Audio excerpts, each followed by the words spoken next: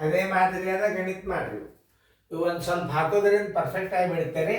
ಒಂದು ದಿನಕ್ಕೆ 15 ಗಂಟೆ ನೀರು ಎತ್ತಿದರೆ ಒಂದು ವಾರದಲ್ಲಿ ಅದು ಎಷ್ಟು ಲೀಟರ್ ನೀರನ್ನು ಹೊರ ಹಾಕುತ್ತದೆ ಮಾಡಿದ್ರೆ ನಿಮಗೆ ನಾ ತಿಳಿಸ್ನು ವಿಡಿಯೋ ಮಾಡೋದಾಗಿತ್ತು ವಿಡಿಯೋ ಮಾಡಿ.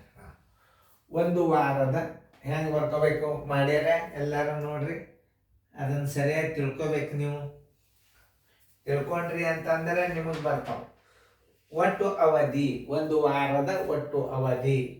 ಎಲ್ಲರೂ ಬೋರ್ಡ್ ಕಡೆ ನೋಡ್ತಾರೆ, ಲಕ್ಷ ಕೊಟ್ಟು ನೋಡ್ರಿ. ಒಂದು ವಾರದ ಒಟ್ಟು ಅವಧಿ ಅಂದ್ರೆ ಒಟ್ಟು ಸಮಯ, ಎಷ್ಟು ನೀರು ಎತ್ತಿದ ಸಮಯ ಎಷ್ಟು ಒಂದು ವಾರಕ್ಕೆ ನೀವು ತಗೋಬೇಕು. ಒಂದು ವಾರದ ಒಟ್ಟು ಸಮಯ, ಒಂದು ವಾರಕ್ಕೆ ಒಂದು ವಾರದ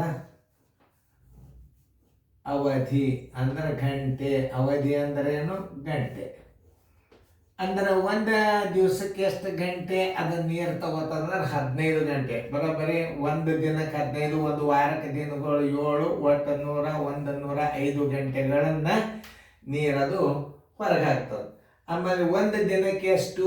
94,000 ಹೊರ ಹಾಕಿದ ಒಟ್ಟು ನೀರು ಬರೋಬ್ಬರಿ ಒಟ್ಟು ನೀರಿನ ಪ್ರಮಾಣ ಬರೋಬ್ಬರಿ ಒಂದೊಂದು ಹೊಸದು ಕಲಿಬೇಕು. ನೀರಿನ ಪ್ರಮಾಣ ಬರೋಬ್ಬರಿ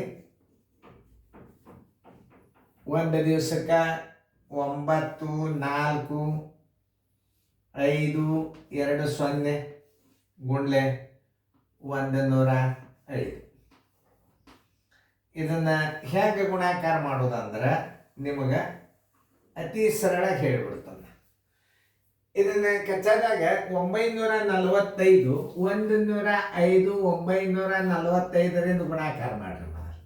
ಭಾಳ ಸರಳ ಇದೆ. ಈಗ ಯಾವ 0 ಇಡಬಾರ್ದು ನೀವು. ಈಗ ನೋಡ್ರಿ, ಈ 945ಕ್ಕೆ ಮತ್ತು 105ಕ್ಕೆ ಗುಣಾಕಾರ ಮಾಡಿ ಬಂದ ಉತ್ತರದಾಗ 2 0 ಇಟ್ಟುಬಿಟ್ರೆ ಉತ್ತರ ಮುಗಿತು. ಅಲ್ಲಿ ಎಷ್ಟು ಸರಳ ಅದ ನೋಡ್ರಿ. 5 5 25, 5 1 5 ಗುಣಾಕಾರ ಹಾಕ್ರಿ. 5 4 20, 4 1 4 ಮತ್ತು 2 ಗುಣಾಕಾರ ಹಾಕ್ರಿ. 9 5 45, 9 1 9. ಇದನ್ನೆಲ್ಲ ಉತ್ತರ ರೆಡಿ ಮಾಡ್ರಿ. 5 2 12 9 99 ಮುಂದೆ 2 0 ಇಟ್ಬಿಡ್ರಿ. ಅವು ಬಿಟ್ಟಿರ್ಲ 2 0 ಹತ್ತು ಇಲ್ಲಿ ಇಟ್ಬಿಡ್ರಿ. ನೋಡ್ರಿ 99 22 500. ಆನ್ಸರ್ ಬರೋಬರಿ. ನಾ ಹೇಳೋ ತನಕ ಆನ್ಸರ್ ಕರೆಕ್ಟ್ ಹಾಕೋಬೇಡ್ರಿ. 99 2 2 5 100 ಲೀಟರ್ ನೀರಿನ ಪ್ರಮಾಣ ನೋಡ್ರಿ. ಅದು ಕರೆಕ್ಟ್ ಅದನ್ನ ಇಲ್ಲ. ನಾ ಹೇಳೋ ತನಕ ನೀವು ರೈಟ್ ಹಾಕೋಬಾರ್ದು.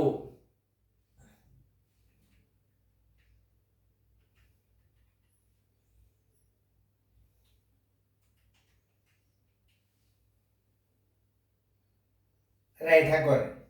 ಕರೆಕ್ಟ್. ನೋಡ್ರಿ, ಇಲ್ಲಿ ಕಚ್ಚಾದ ಗುಣಾಕಾರ ಹೆಂಗೆ ಮಾಡ್ಬೇಕು ಅನ್ನೋದು ನಿಮ್ಗೆ ಗುರ್ತಾಪಲ್ಲ. ವೇಗವಾಗಿ ಗುಣಾಕಾರಗಳನ್ನು ನಾವು ಹೆಂಗೆ ಮಾಡಬೇಕು, ಸರಳ ಆಗಂಗೆ ಇಟ್ಕೋಬೇಕು.